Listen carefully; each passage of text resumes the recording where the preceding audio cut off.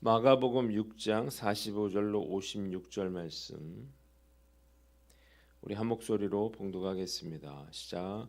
예수께서 즉시 제자들을 재촉하사 자기가 무리를 보내는 동안에 배 타고 앞서 건너편 벳세다로 가게 하시고 무리를 작별하신 후에 기도하러 산으로 가시니라. 저물매 배는 바다 가운데 있고 예수께서는 홀로 무태 계시다가 바람이 거스름으로 제자들이 힘겹게 노젓는 것을 보시고 밤 사경쯤에 바다 위로 걸어서 그들에게 오사 지나가려고 하심에 제자들이 그가 바다 위로 걸어오심을 보고 유령인가 하여 소리 지르니 그들이 다 예수를 보고 놀람이라. 이 예수께서 곧 그들에게 말씀하여 이르시되 안심하라 내니 두려워하지 말라 하시고 배에 올라 그들에게 가시니 바람이 그치는지라.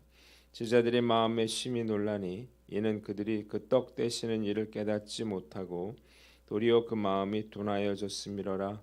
건너가 겟네사렛 땅에 이르러 대고 배에서 내리니 사람들이 곧 예수신 줄 알고 곧 그 온 지방으로 달려 돌아다니며 예수께서 어디 계시다는 말을 듣는 대로 병든 자를 침상째로 메고 나오니 아무데나 예수께서 들어가시는 지방이나 도시나 마을에서 병자를 시장에 두고 예수께 그의 옷가에라도 손을 대게 하시기를 간구하니 손을 대는 자는 다 성함을 얻으니라. 아멘. 오늘은 마가복음 6장 말씀을 가지고 무리를 걸으시는 예수님 이런 제목으로 묵상 나눔하도록 하겠습니다. 오늘 본문 세 부분으로 나눠서 생각해 봅니다. 먼저 45절로 46절인데 46절을 봅니다. 한번 따라해 봅시다. 기도하러 산으로 가시니라. 자, 오병이어의 기적을 본 군중들은 흥분했습니다. 그리고 예수님을 왕으로 삼으려고 했죠. 그러나 이것은 예수님을 메시아로 인정함으로부터 나온 그러한 믿음의 고백이 아니었습니다. 단지 기적을 통해서 자기들의 배를 불려주셨기 때문입니다. 예수님께서 베푸신 표적에 감동한 건데요. 예수님은 그들이 와서 억지로 자신을 붙들어서 왕으로 삼을 거라는 사실을 아시고 즉시 제자들을 재촉하셔서 건너편 벳세다로 가게 하셨고 자신은 기도하러 혼자 산으로 떠나가십니다.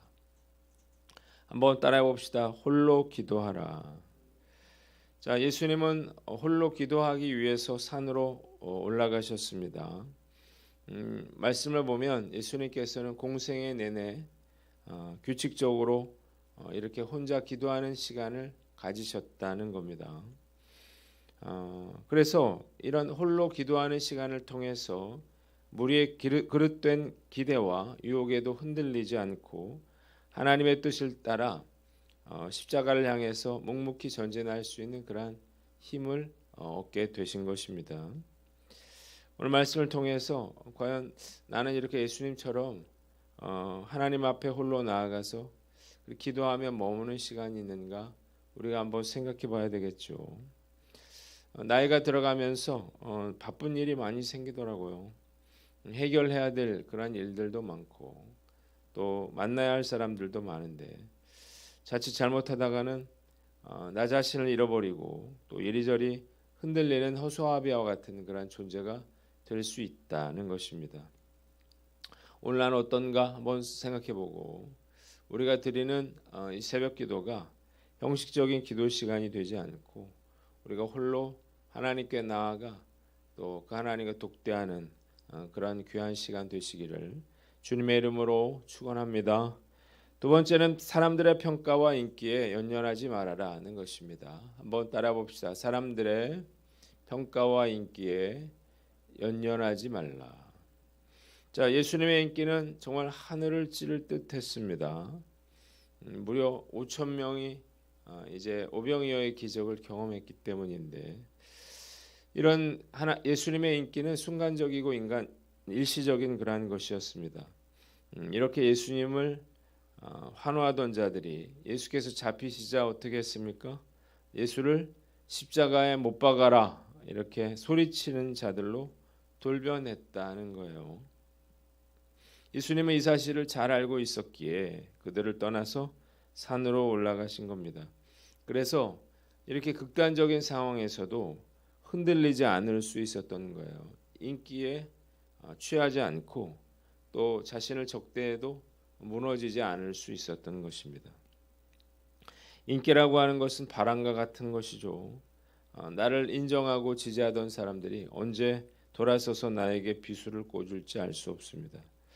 그래서 우리가 사람들의 평가와 인정에 연연해야 할 것이 아니라 하나님께 인정받으려고 노력해야 하는 것입니다. 그래야만 사람들이 나를 부정적으로 평가할 때도 우리가 낙심하지 않을 수 있는 거예요. 난 어떤가 한번 저도 생각해 봤어요.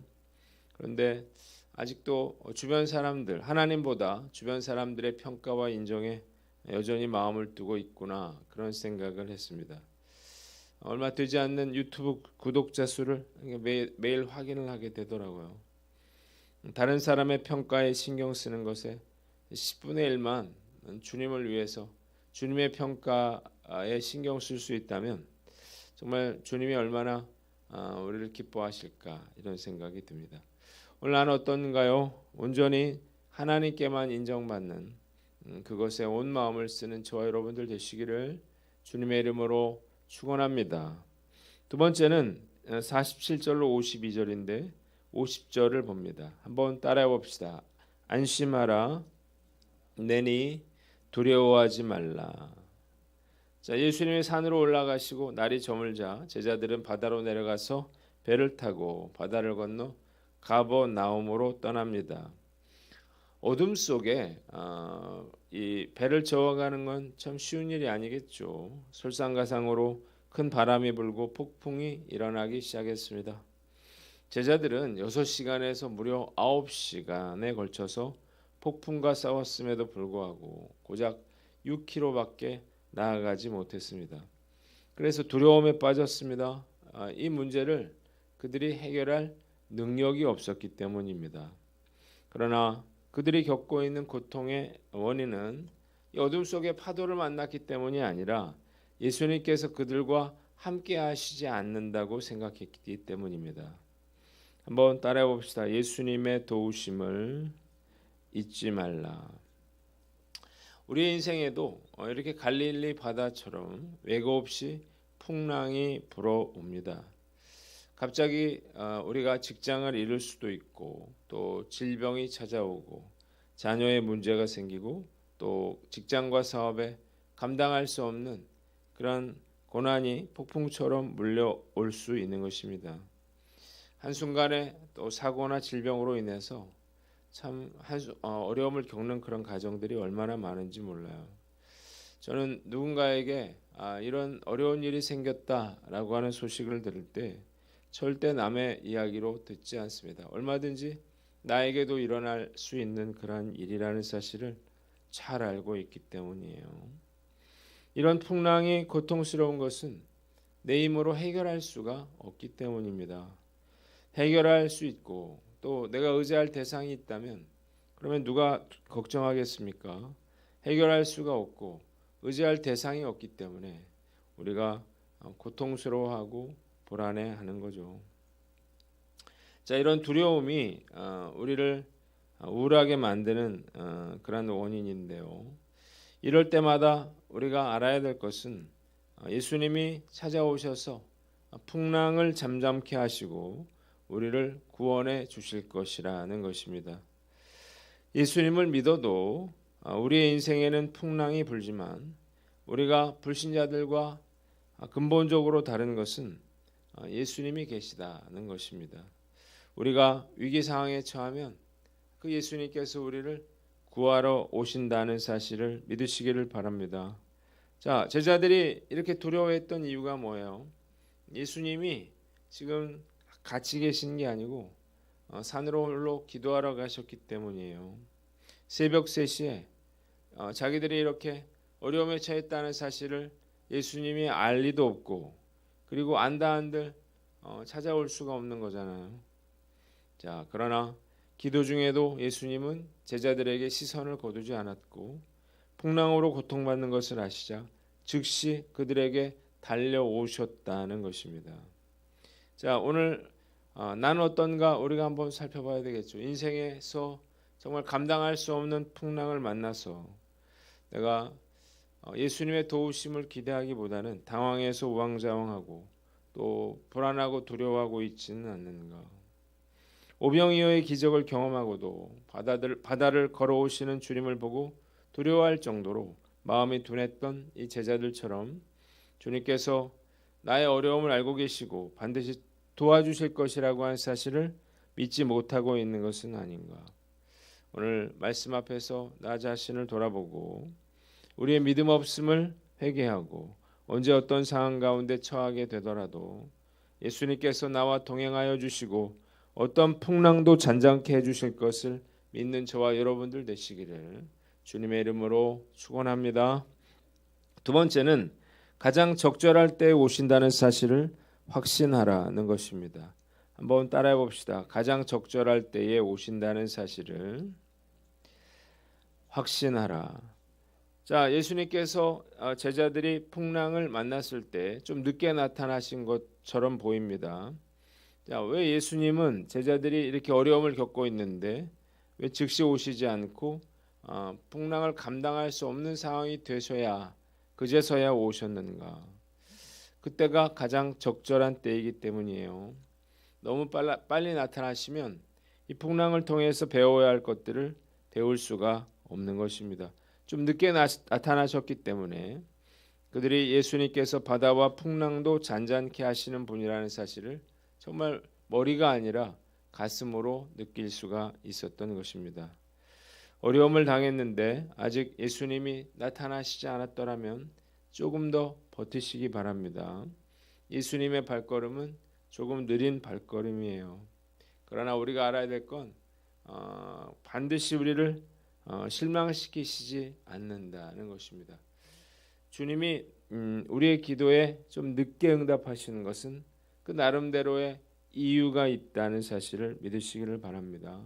지나놓고 보면 알 수 있어요. 왜 주님께서 지체하셨는가.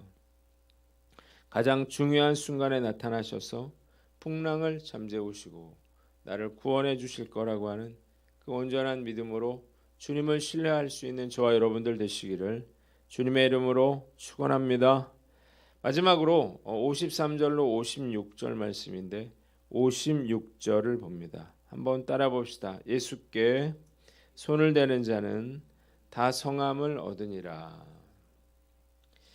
예수께서 게네사렛 땅으로 가시자 게네사렛 사람들은 예수님을 배척했던 나사렛 사람들과 달리 예수께서 어디로 가시든지 어디에 계시든지 병자들을 침상째 들어서 그렇게 예수님께 데려왔습니다. 그래서 마을이든 성읍이든 농촌이든 예수께서 어디로 가시든지 병자들을 장터거리에 데려다 놓고 예수님이 지나가기를 기다렸습니다. 뿐만 아니라 예수님의 옷자락이라도 만지게 해달라 이렇게 간청을 했는데 이렇게 예수님께 은혜를 구한 사람들은 모두 다 병이 치유되었습니다.